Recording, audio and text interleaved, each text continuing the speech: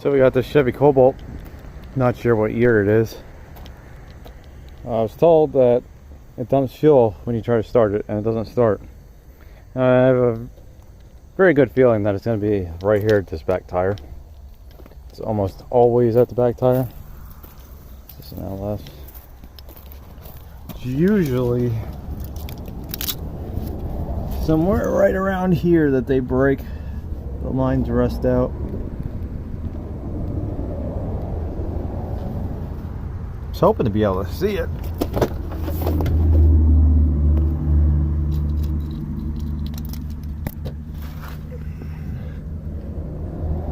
I smell it. I think we're gonna roll the car forward and then we'll see if we can see it. Hopefully I can roll it without making too much of a mess.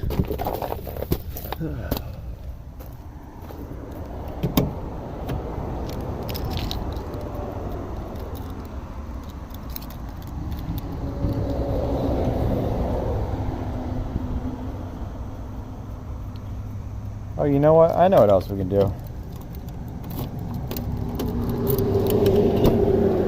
I'm wondering if I can maybe use my injector cleaner kit, pressurize it with some fuel, and be able to drive the car into the shop. Let's see.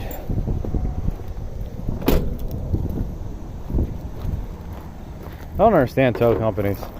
Like, they squeeze it right here next to the Mercedes in this car when you got all that room down there, and there's plenty of space like over here that they can put it, but they make it so you can't get in and out. Let's see.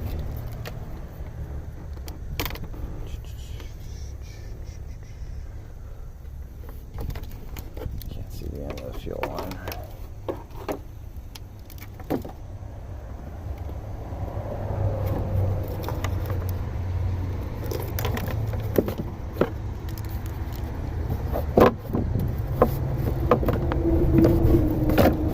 Go.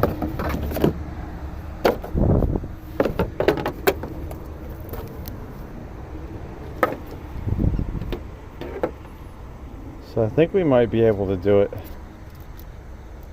It's a returnless style.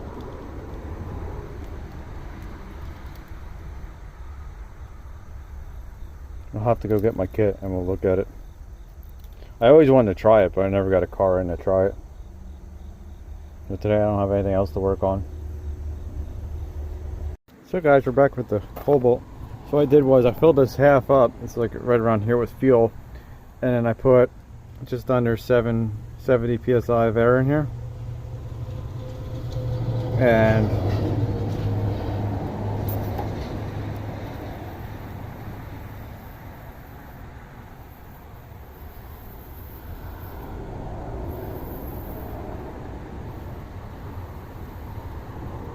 there we go.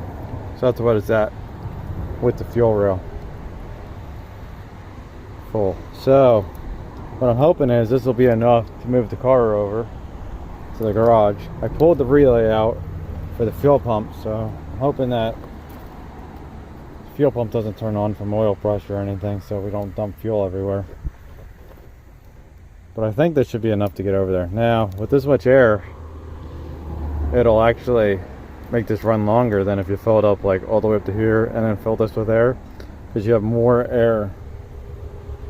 You have a higher volume of air at a higher pressure. So let's see if we can do this. And I went slightly above what normal running pressure is, so that it'll last a little longer. So there we go.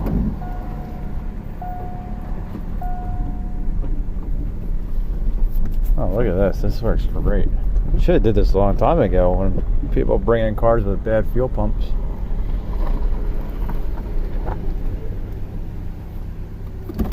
There we go. Let's see what the pressure went down to.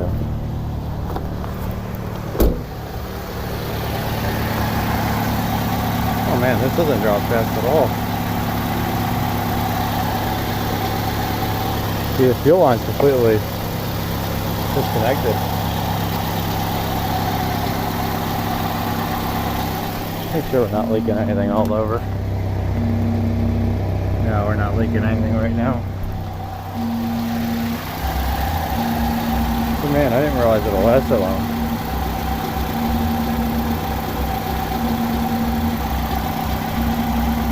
Sorry about the phone call, somebody was calling.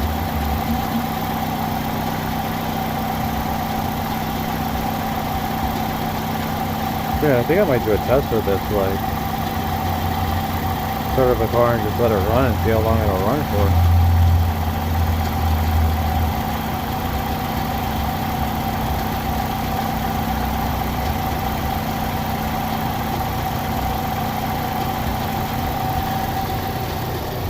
Okay, so what I'm going to do is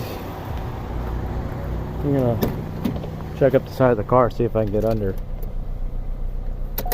now that I'm away from everything, and we'll see where our lease at. Or maybe I might just turn the pump on for like a split second, because then bypass it, see where the fuel comes out at. So guys, I found the fuel leak on the Cobalt. No spilled fuel because I didn't even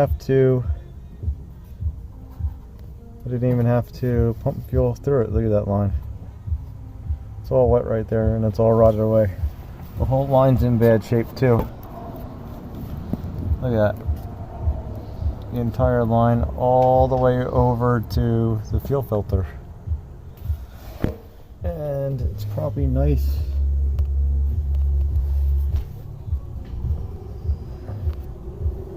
Probably nice up there. It is nice up there.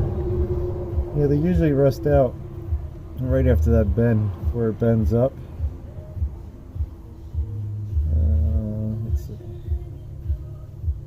It's hard to see where you guys are looking. So yeah, right after that E-brake cable comes around, that's usually where they rust out, and they always blow out right here. I'd say, I don't know, 99 out of 100 times is going to blow out right there. So I'm going to have to make a new line for here.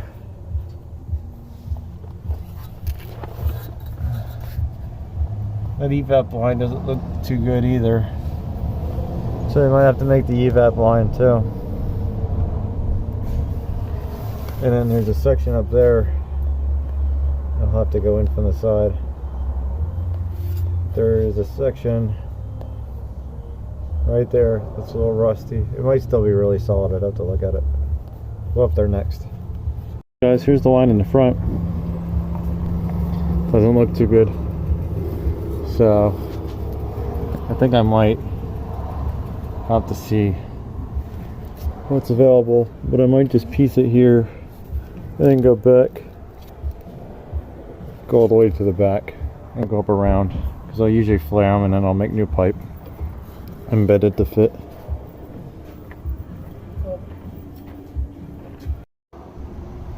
So guys, I'm back with the Cobalt. I wanted to show you guys something. Hopefully you can see this okay. I cut all this. This is all completely soaked with fuel. It's dripping out of the material. Like, it's that saturated. Like, I can't believe that they put a material in here that can actually soak up fuel.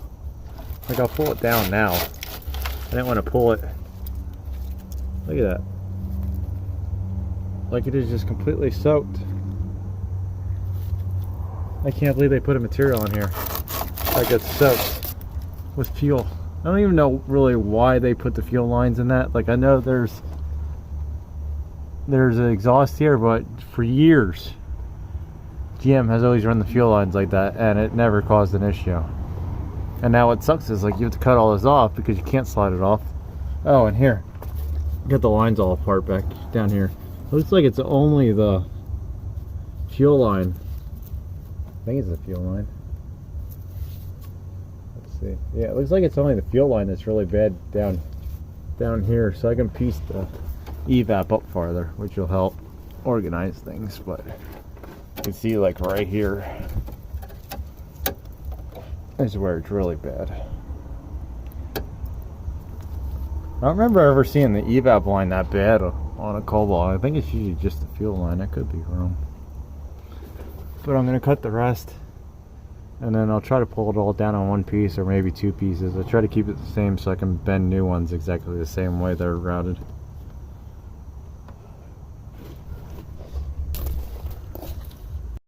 So guys, I got all the lines undone.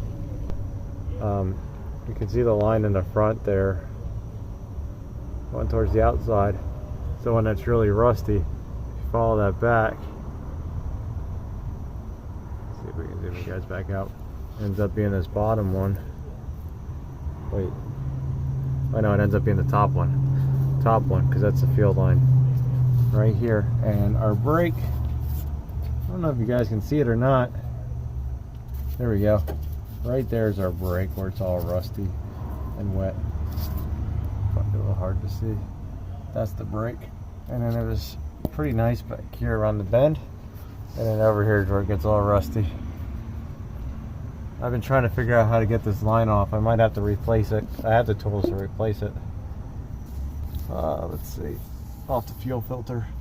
The fuel filter is actually so rusty that the fuel filter is bending. Let's see if we can get you in there.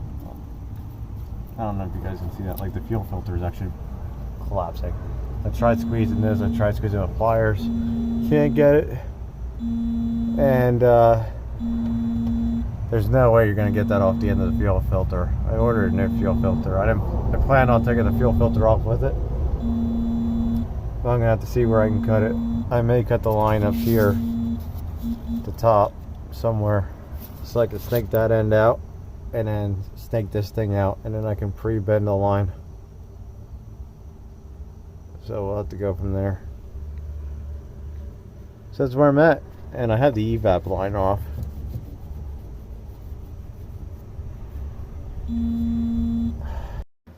So guys, here's the lines. I pretty much bent them exactly like they were from factory. And I flared the end here so I got flared to the vehicle. Here's the other one. I even put the push connect end on. See, they are very, very close to the factory. I'll have to tweak them a little bit. I got the line off. I had to free this up because this is part of the push connect. I might have to replace it on the vehicle. We got a new filter. Comes with a new clip, which was nice. So we can slide that on there and then it'll push lock on. Here's the old filter. Look how bad that was. It was ridiculous. I can't believe how like soft these ends are, like when you push on them. But here's the Evap line. I cut the old Evap line end off, and I tried flaring the end to slide the tube on, but it wasn't working, so I used the compression fitting barb. Let's see, this is what the kit looks like that I use. Use these quite a bit. I never use the compression fittings, but I've used all these other ones to make lines on GMs and Fords. But should be good to go. And then I just have to flare the ones on the vehicle once I get this in. And I ordered some new heat wrap, so we got some DEI heat wrap. So it should be good to go. So some of you guys might be wondering how I flare the stuff on the vehicle. I have a hydraulic flaring tool, that's how I made the lines. And then you just put your die in, turn the knob, you pump it, and then it flares it. Let me see if I can take this off for you guys, and then you guys can see the flare. Factory lines are very, very hard to flare, but it can be done because they're really, really thick walled. But there you go, there's the factory flare. Factory line flared. And then let me see if I can get this to go together real quick. There we go.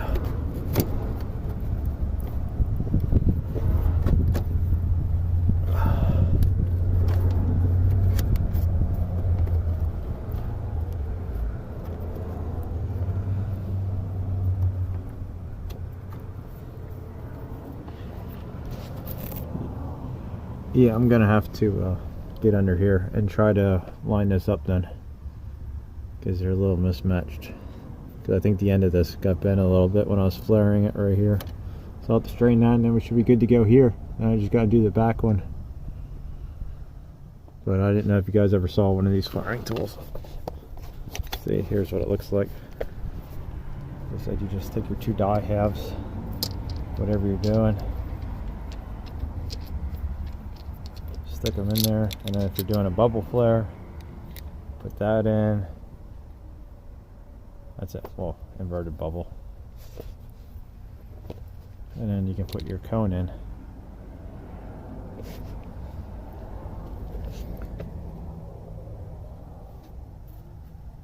So I'm going to get this together, and I'll show you guys what it looks like when I'm done. So guys, real quick, car's running, all done, no leaks, good to go. Hope you guys like that. See you later.